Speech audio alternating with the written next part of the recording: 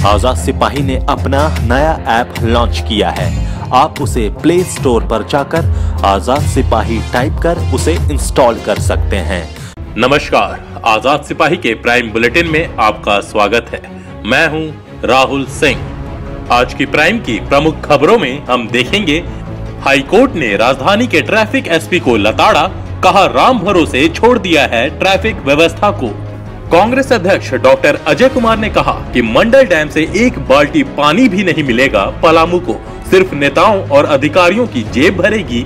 विरोध में शुक्रवार को कांग्रेस की पदयात्रा। थल सेना अध्यक्ष बिपिन रावत शुक्रवार को गुमला पहुंचेंगे। अल्बर्ट एक्का की पत्नी समेत कई शहीदों के परिजनों को करेंगे सम्मानित। लोकसभा चुनाव के परिणामों पर असमंजस में सर संघ चालक मोहन भागवत बोले, राम मंदिर के लिए कानून बनाया जाए। आज की राजनीतिक हलचल में हम देखेंगे, झाविमो से युवाओं को जोड़ेगा लोकसभा सम्मेलन। जलेश्वर के जाने से जदयू की सेहत पर असर नहीं। आज की प्रमुख हेडलाइंस में 1159 करोड़ से दूर होगा गढ़वा का जल संकट। गिरिडीह में मिनी फैक्ट्री का फांडाफोड़। आइए अब सुनते हैं खबर विस्तार से। झारखंड हाईकोर्ट ने राजधानी रांची की ट्रैफिक कंट्रोल व्यवस्था पर कड़ी मौखिक टिप्पणी की है। न्यायमूर्ति राजेश कुमार की कोर्ट ने कहा कि रांची में ट्रैफिक सिग्नल की व्यवस्था बहाल तो की गई है, लेकिन लगता है कि यह बिना किसी अध्ययन के ही शुरू कर दिया गया है। रांची की ट्रैफिक कंट्रोल व्यवस्था भगवान भरोसे है। ट्रैफिक सिग्नल यातायात के फ्लो को देखते हुए सेट किया जाना चाहिए। चौक चौराहों पर आधे आधे घंटे पर यातायात का दबाव किस दिशा में कितना है, इसका पूरा अध्ययन होना चाहिए। इसके बाद ही लाल एवं हरी लाइट की टाइमिंग सेट की जानी चाहिए। इंटरनेशनल आधार पर ट्रैफिक सिग्नल की टाइमिंग को रांची के लिए फिक्स नहीं किया जाना चाहिए। गांव के लोग आज टेक्नोलॉजी में खुद को अपडेट कर रहे हैं, वहीं सरकार के अधिकारी ट्रैफिक टेक्नोलॉजी में आगे नहीं होना चाहते हैं। ऑफिस के समय या अत्यधिक यातायात दबाव के समय लाल एवं हरी लाइट की टाइमिंग को अध्ययन के बाद ही फिक्स किया जाना चाहिए। जिस समय यातायात दबाव कम हो उस समय ट्रैफिक लाइट की अवधि कम कर या मैनुअल का सहारा लेकर यातायात व्यवस्था सुचारू रखनी चाहिए। जिस दिशा में यातायात का फ्लो बहुत ही कम है उसके लिए मैनुअल का भी सहारा लिया जा सकता है। रांची के एक मुख्य चौराहे पर लोगों को ठीक से पता नहीं चल पाता है कि किस दिशा के लिए हरी एवं लाल लाइट दी जा रही है।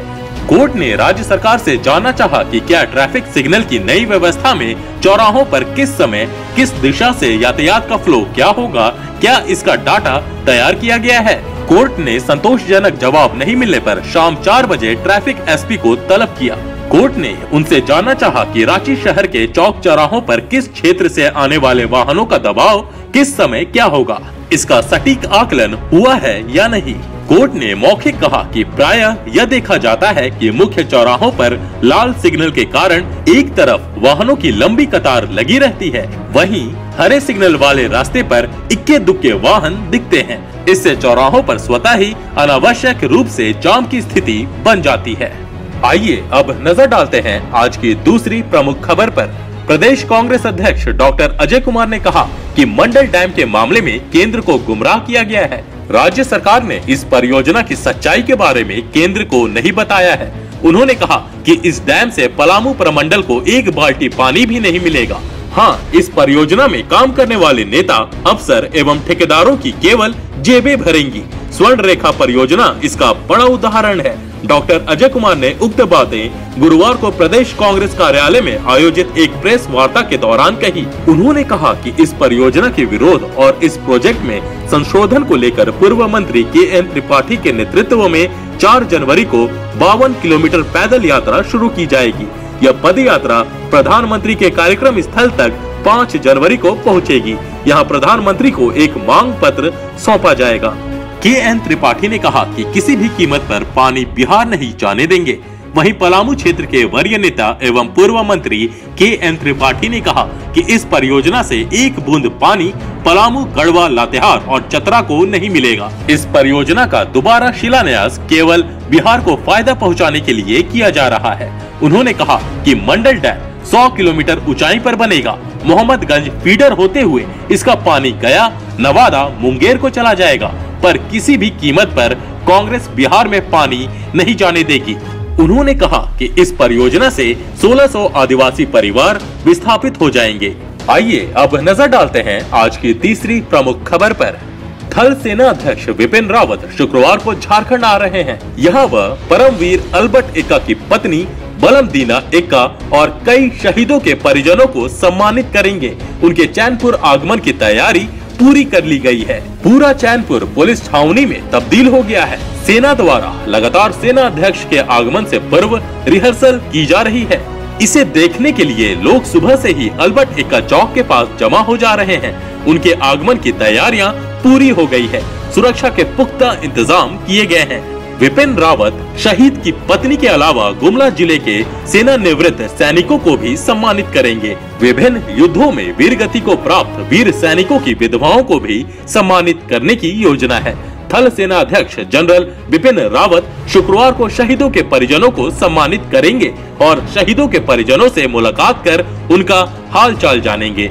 आइए अब नजर डालते हैं आज की चौथी प्रमुख खबर पर। राष्ट्रीय स्वयंसेवक संघ के सर संघ चालक मोहन भागवत ने साफ किया है कि आगामी लोकसभा चुनाव के परिणामों के बारे में कुछ भी नहीं कहा जा सकता है। सेवादान स्कूल के एक कार्यक्रम में अपने भाषण के दौरान भागवत ने कहा कि वह लोकसभा चुनाव के नतीजों को लेकर निश्चित नहीं है। वहीं पत्रकारों से बातचीत में भागवत ने कहा कि वह आरएसएस महासचिव भैयाजी जोशी के बयान का समर्थन करते हैं, जो प्रधानमंत्री के इंटरव्यू के बाद आया था।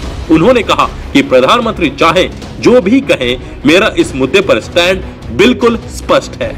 उन्होंने आगे कहा कि हमारी भगवान राम में आस्था है और अयोध्या में राम मंदिर ही बनना चाहिए, ऐसा मजबूत विश्वास है। बता दें कि भैयाजी जोशी ने राम मंदिर को लेकर पीएम मोदी के बयान के बाद मंगलवार को पत्रकारों से बातचीत में कहा कि आरएसएस अपने रवैये पर अडिग है कि अयोध्या में मंदिर निर्माण के लिए कानून पारित किया जाए।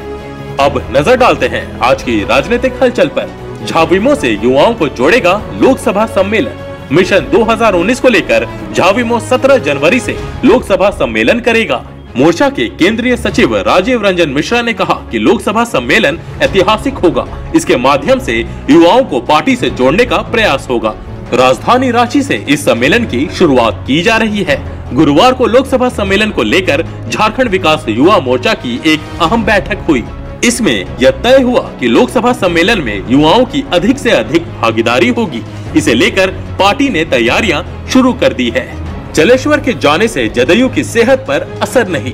जनता दल यूनाइटेड के प्रदेश प्रभारी राम सेवक सिंह ने कहा कि जलेश्वर महतो के कांग्रेस में जाने से पार्टी की सेहत पर कोई असर नहीं पड़ेगा। इससे झारखंड में पार्टी मजबूत ही होगी, क्योंकि जलेश्वर पार्टी अध्यक्ष की जवाबदेही का सही ढंग से निर्वहन नहीं कर रहे थे। विधायक आवास सभागार में गुरुवार को पार्टी पदाधिकारियों के साथ बैठक के बाद उन्होंने कहा कि 14 जनवरी के बाद नए प्रदेश अध्यक्ष की नियुक्ति कर ली जाएगी। प्रदेश प्रभारी ने लोकसभा तथा विधानसभा चुनाव में सभी सीटों पर अकेले चुनाव लड़ने की बात कही है।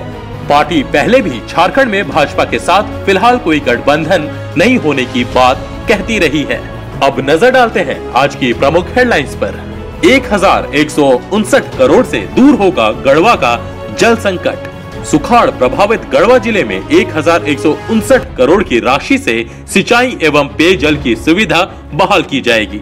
सोन कन्हर पाइपलाइन योजना के अंतर्गत यहां इन नदियों से पानी को पाइपलाइन से लिफ्ट किया जाएगा और उन्हें विभिन्न जलाशयों और जल निकाय तक पहुंचाया जाएगा। गढ़वा जिले की इस महत्वपूर्ण योजना का शिलान्यास प्रधानमंत्री नरेंद्र मोदी 5 जनवरी को करेंगे। गुरुवार को राज्य कैबिनेट ने गढ़वा जिले में पेयजल और सिंचाई की सुविधा मुहैया कराने के लिए सोन कन्हर पाइपलाइन योजना को मंजूरी दे दी। गिरिडीह में मिनी फैक्ट्री का भांडाफोड़।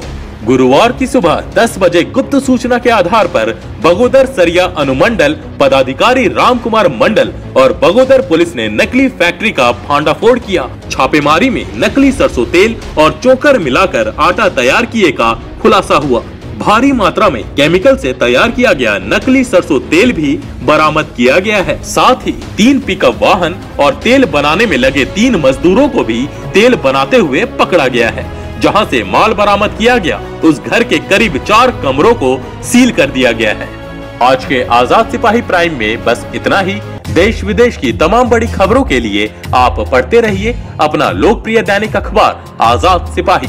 और हाँ, आप हमारे इस YouTube चैनल को सब्सक्राइब करना ना भूलें। जुड़े रहिए आजाद सिपाही के साथ। धन्यवाद।